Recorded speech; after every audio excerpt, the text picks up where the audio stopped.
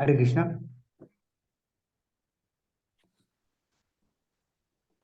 Om Namo Bhagavate Vasudevaya. Om Namo Bhagavate Vasudevaya. Om Namo Bhagavate Vasudevaya. Narayanam Namaskritya Naram Chaiva Narottamam Devim Saraswati Vyasam Tato Jayamudire. Today we are reading from, welcome you all to this Bhagavad Gita class. Today we are reading from Bhagavad Gita as it is, chapter 15, text 7. Bhumaivaamso jivaloke jivabhuta sanatanaha manasvasthanindriyani prakritisthani karshati. Translation Srila Prabhupada ki Jai. The living entities in this conditioned world are my eternal fragmental parts. Due to conditioned life, they are struggling very hard with the six senses which include the mind. Tasmai Shri Gurave Namaha. Shri Krishna Chaitanya, Prabhu Nityananda, Shri Advaita Vedanta, Srivasadi Gaura Bhaktavinda, Hare Krishna, Krishna Krishna, Hare Hare, Hare Rama, Rama Rama, Hare Hare. So here in this verse, Lord Krishna is explaining to Arjuna about the constitutional position of living entities like us. So Mamaiva Amsya Jiva Loke.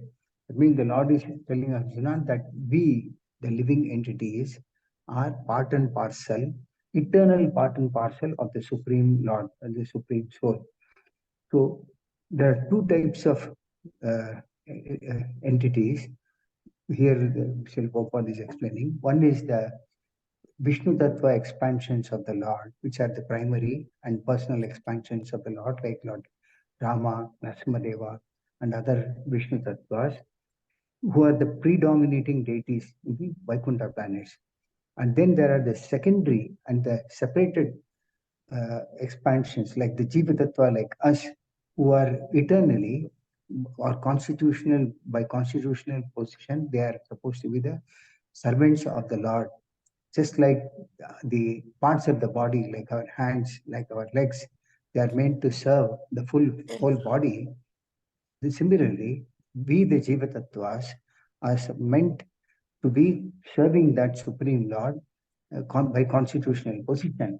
But what happens is that the Lord also claims tells Arjuna in Bhagavad Gita, Bhoktaram Yajnatapasam Sarvaloka Maheshwaram, that I am the supreme proprietor, I am the supreme enjoyer, and everything belongs to me. And when one understands that in his life, then one has got Shanti, that one can attain peace. So when we try to take, now we being a small, minute, fragmental part and parcel of the Supreme Lord, there is a small independence that we have. We have all the qualities what the Lord has got, but in a very minute form. The Lord has got Lord is independent, Swaraj. So similarly, we have a minute independence, yes, and there is a tendency to misuse that independence of ours. So by constitutional, when we are supposed to serve the Supreme Lord, we think that we also can enjoy like the Lord, but the Lord is, Krishna is the only enjoyer, but we want to enjoy like him and we want to become Krishna. So when we have the tendency to desire to, we develop a desire to enjoy like the Lord, then we become averse to serving him and we become envious, and then we are sent into this material world where we develop what is called a conditional life. Now, in the spiritual world, all the living entities are there. They are all fully serving the Lord.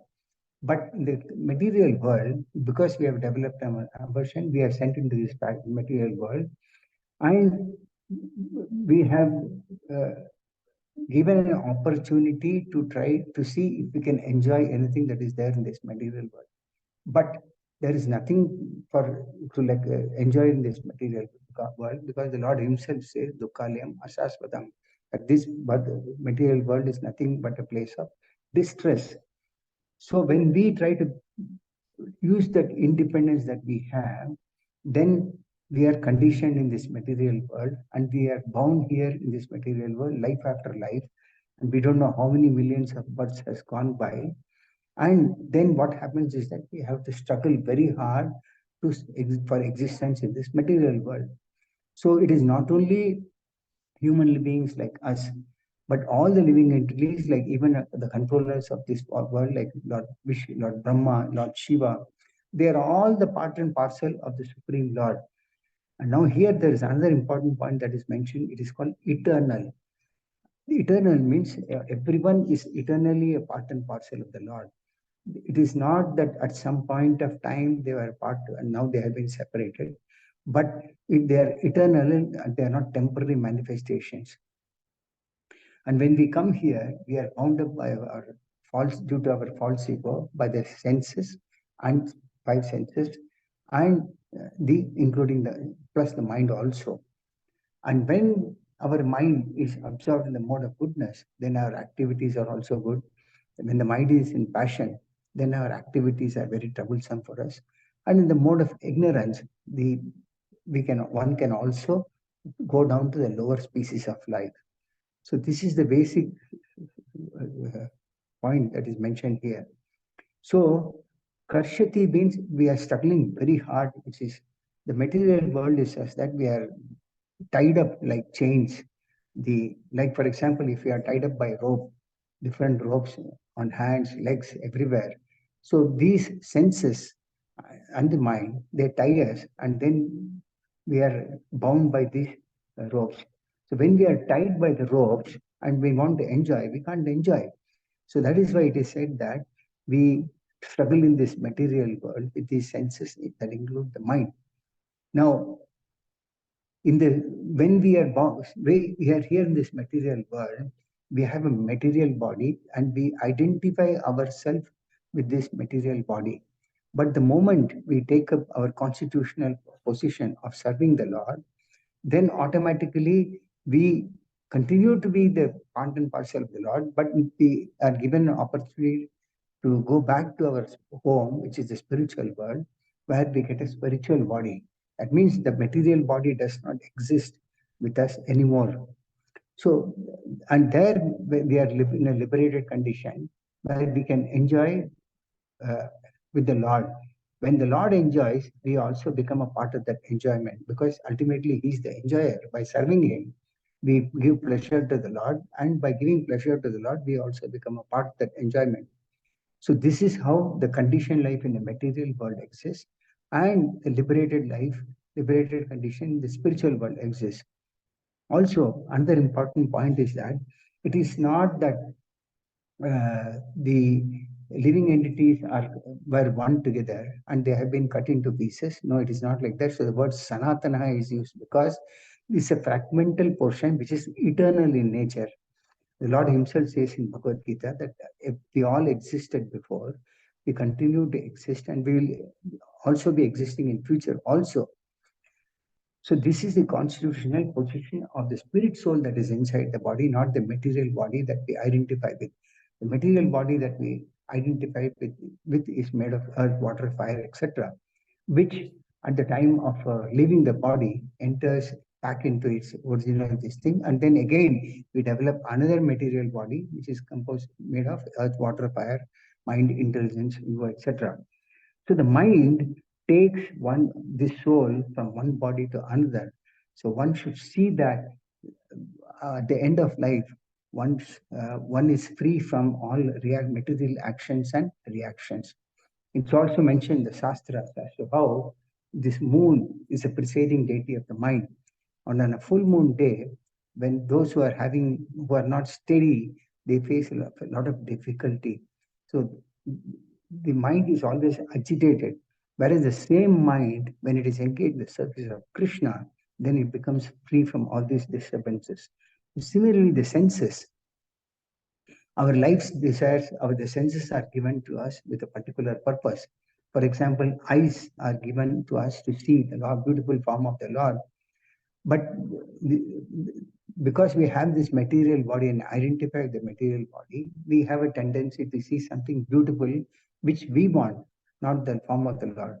Similarly, the tongue is given to taste the Krishna Prasadam, but we want to taste something for our own sense gratification. Our ears are given to hear the glories of the Lord, but we want to hear something that is attractive for us to hear. some material music or material Krishna, Gramya Katha, what Srila Prabhupada normally says. Similarly, the nose is meant to smell the fragrance of the flowers or the tulsi leaves that are offered to the Lord. But then we want to smell something that is attractive for our sense gratification. So all these senses that are given by the Lord for us to utilize them in the service of the Lord. Example Srila Prabhupada always gives is about taking Ganges water from the Ganges and giving it back to the Ganges. So similarly, the senses that are given to us are meant for utilizing in the service of the Lord, and thereby we can get purified of the contamination that we have. There are many nice examples. For example, an eagle has got a law.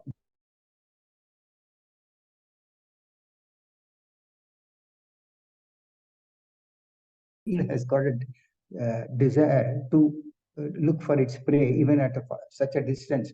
But a human being is not endowed with such power.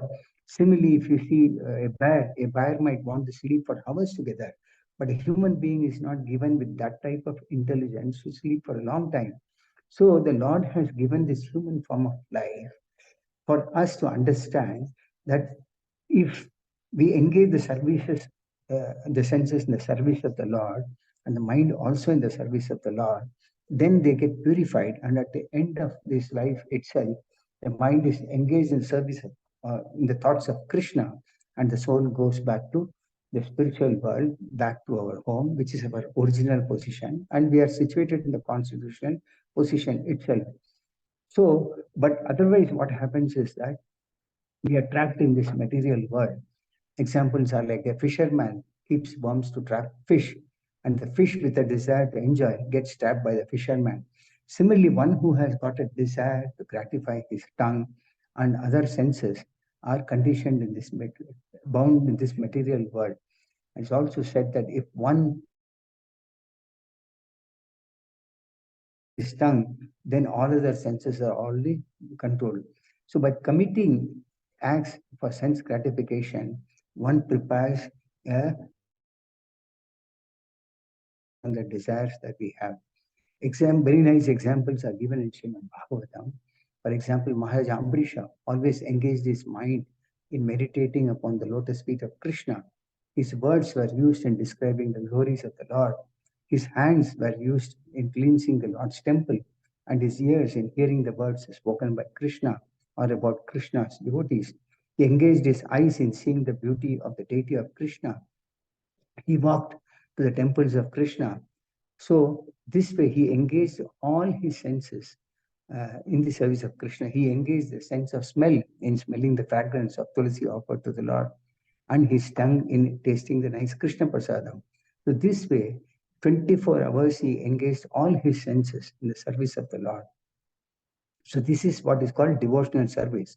And the Shastras also say, Sarvopadi Vinir Muktam Tatparatena Ilham Rishikena Rishikesa Sevanam Bhakti Ruchate. So when the senses are used in the control, in the service of the Lord, that is the proper engagement, and that is what is called bhakti. So one who violates these regulations that are given by the Lord are pushed into this material world, and they have a hard struggle for existence. Examples are given that Indra had to take the body of a hog when he had a desire to have union with his spiritual master's wife. Like that, similarly, if a jiva has a desire to eat anything that is there for sense gratification, he can get the body of a tiger or an eagle, etc. So by restraining the senses, one becomes free from all material desire and lust. So by nature, the soul that is there within us is transcendental in nature, and by constitutional position, it is meant to serve the Lord. So, but by engaging in material activities, one gets bound by the distress of this lust and greed, and it does not bring any satisfaction. Rather, one is brought to a situation of suffering in this material world. That's why it is called hard struggle for existence. But the same senses, if they are used in the service of Rishikesha, the master of senses, then automatically the senses are purified, and at the end of this life itself, one can always think of serving Krishna and then go back to the spiritual world. Another nice example is given about Vishwamitra, who was performing meditation, but when he heard just the twinkling of the ankle bells of Menaka, his meditation was disturbed. So by engaging on the service in the service of Krishna, one can become freed from contamination in this material world and go back to the spiritual world. Before concluding, I would like to give a small quote from Bhagavad Gita itself. The senses, the mind, the intelligence are the sitting place of this lust. Through them, actually, the lust covers the real knowledge of the living entity and bewilders him. So the Lord concludes by saying that, "O Arjuna, the best of Bharatas, in the very beginning, curb this great symbol of sin, lust, by regulating the senses and slaying the destroyer of knowledge and self-realization. So by engaging in the senses, the service of the Lord, one can become free from the entanglement in this material world." This is all I have for this class for the day. Of course, many more points, but because of short of time, I cannot dwell further on this. So you have any questions, any comments for the next 1 or 2 minutes, 1 or 2 questions I can take.